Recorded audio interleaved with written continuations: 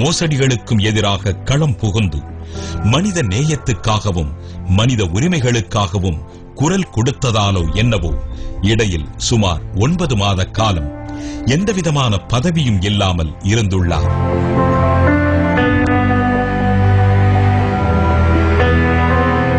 அக்காலகட்டம் முழுவதும் அரசாங்கம் ஊதியம் வழங்கினாலும் எந்தவிதமான பணியும் வழங்கப்படவில்லை. பணிக்கான காரணங்கள் குறித்து கிரண் பேடி கேள்வி எழுப்பிய போது திகார் சிறைத்துறை அதிகாரியாக பணியமர்த்தப்பட்டார்.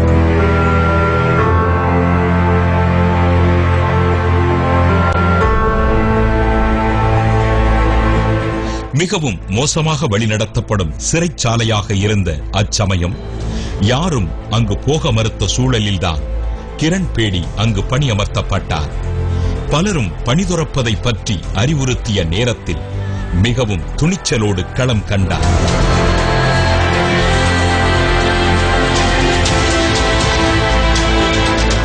அங்கு அப்போதிருந்த 10,000 கைதிகளில் 3,000க்கும் மேற்பட்டவர்கள் படிக்காதவர்கள். கல்வி இல்லாத இடத்தில் எந்தவித மாற்றமும் நிகழாது என்பதை நன்கு அறிந்திருந்த கிரண் பேடி அங்கு பணியாற்றிய படித்த கைதிகளையே ஆசிரியராக உருமாற்றினார். அதன்படி வகுப்புக்கான நேரமாக காலை 9 மணி முதல் 11 மணி வரை என திட்டமிட்டனர்.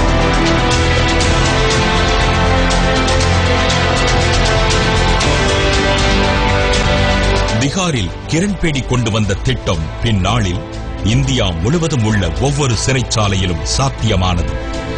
நீண்ட கால உழைப்பில் அங்கு கைதிகளாக இருந்து படிக்க துவங்கிய பலரும் தற்போது பட்டப்படிப்பு வரை முடித்திருக்கிறார்கள்.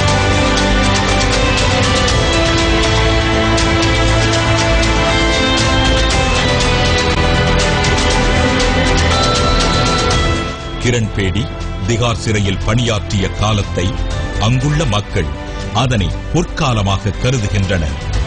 கிரண் பேடி சிறை அதிகாரியாக பதவியேற்றிருந்த சமயம் முதலில் சிறைச்சாலை கட்டமைப்பையே மாற்றினார். போதைப் பொருட்கள் சிறைக்குள் வருவதை தடுத்து போதைக்கு அடிமையானவர்களையும் கோபம், மூர்க்கம் போன்ற குணங்களை போக்கும் வகையிலும் சிறைச்சாலையில் யோகா மற்றும் தியான முறைகளை கற்பிக்க துவங்கினார். இது கைதிகளுக்கிடையே பல்வேறு மாறுதல்களுக்கு தூண்டுகோலாக இருந்ததோடு கைதிகள் அனைவரும் மீண்டு வர ஒரு சந்தர்ப்பமாகவும் மாறியிருந்தது.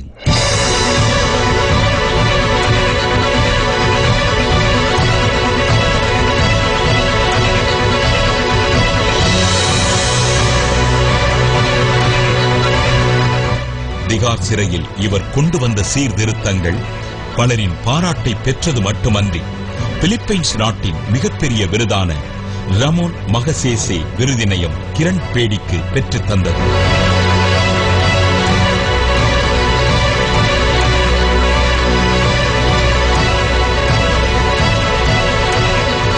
கிரண் பேடிக்கான இவ்விருதினை திகார் சிறை கைதிகள் அனைவரும் கொண்டாடினர்.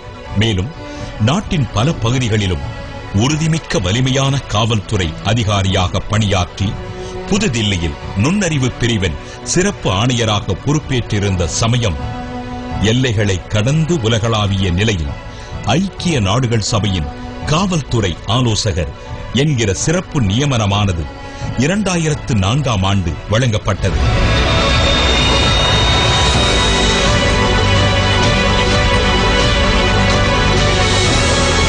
இப்பொறுப்பினை ஏற்ற முதல் பெண்மணியும் முதல் இந்தியரும் கிரண் பேடிதான் என்பது கூடுதல் சிறப்பாகும்.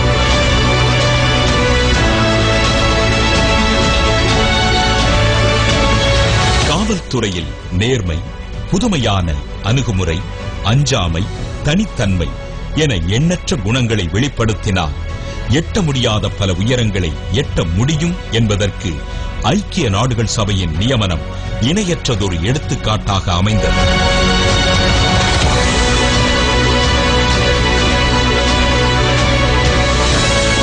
சுமார் 35 ஆண்டு காலம் காவல்துறையில் அரும் பாடுபட்டு சேவையாற்றியவர்.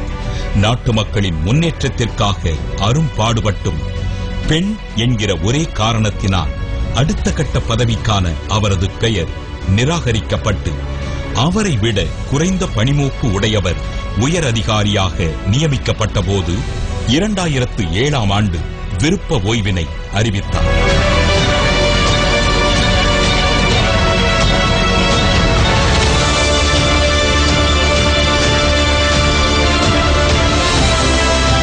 துப்பு துலக்குவது, கைது செய்வது, தண்டனை அளிப்பது ஆகியவற்றை விட குற்றம் நிகழாமல் தடுப்பதுதான் காவல்துறையின் அடிப்படை என்பதை தன் கருத்தாகவே கொண்டிருந்தார்.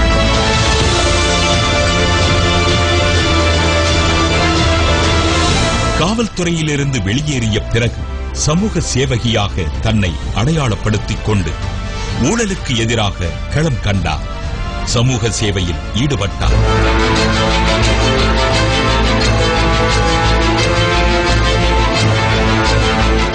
தண்டனை அனுபவிக்கும் குற்றவாளிகளின் குழந்தைகள், குடும்பங்கள் ஆகியோரை பாதுகாக்கும் பணியில் ஈடுபட்டார். காவல்துறை வாங்க மறுத்த புகார்கள் அனைத்தையும் பெற்று அதன் மீது நடவடிக்கை எடுக்க அரசை அணுகுவார். ஊழலற்ற ஒரு அமைப்பை உருவாக்க வேண்டுமென்ற வேட்கையை வளர்த்துக் கொண்டார்.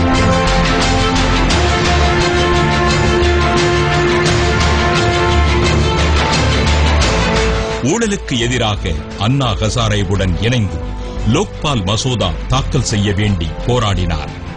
பிறகு 2015ஆம் ஆண்டு புதுச்சேரியின் துணைநிலை ஆளுநராக நியமிக்கப்பட்டார்.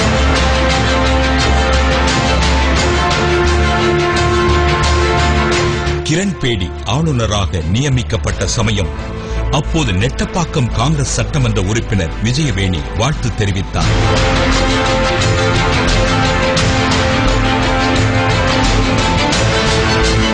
மாலை அணிவித்துவிட்டு கிரண்பேடி காலை தொட்டு வணங்கினார். விஜயவேணி சற்றும் எதிர்பாராத வகையில் அவரின் காலை தொட்டு பதில் வணக்கம் செய்தார் கிரண்பேடி.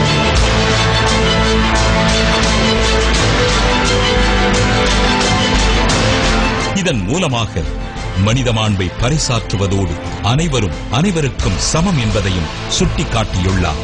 மேலும் புதுவை மக்களின் பகுதிக்கே சென்று ஆய்வு நடத்தி வருகிறார்.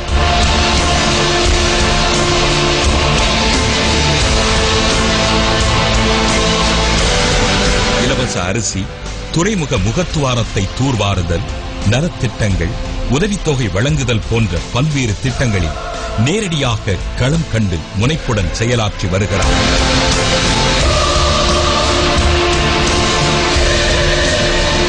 துணைநிலை ஆளுநராக பணியாற்ற தொடங்கிய சில நாட்களிலேயே தெருக்களில் கிடக்கும் குப்பைகளை தானே வாரத்தில் ஒரு நாள் களத்தில் இறங்கி எடுப்பேன் என்று சூளுரைத்தார்.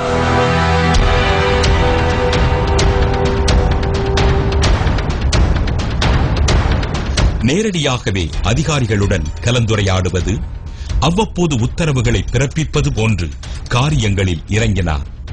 இவை அனைத்திற்கும் மேலாக 2019ஆம் ஆண்டு மே மாதம் வரையில் ஆளுநராக பதவி வகிக்கலாம் என்றாலும் 2018ஆம் ஆண்டு மே மாதம் 29ஆம் நாள் பதவி விலகப் போவதாக கூறியிருக்கிறார்.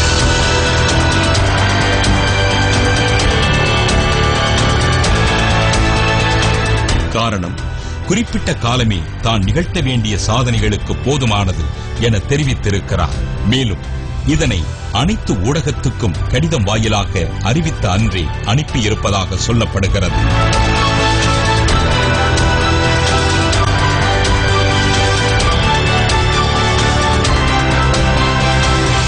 எண்பதுகளிலிருந்து இன்று வரை கல்லூரியில் படிக்கும் மாணவிகளிடம் படிப்பு முடித்தவுடன் நீங்கள் என்னவாக விரும்புகிறீர்கள் என்று கேட்டால் நான் கிரண்பேடி போன்று வர வேண்டும் என்பார்கள்.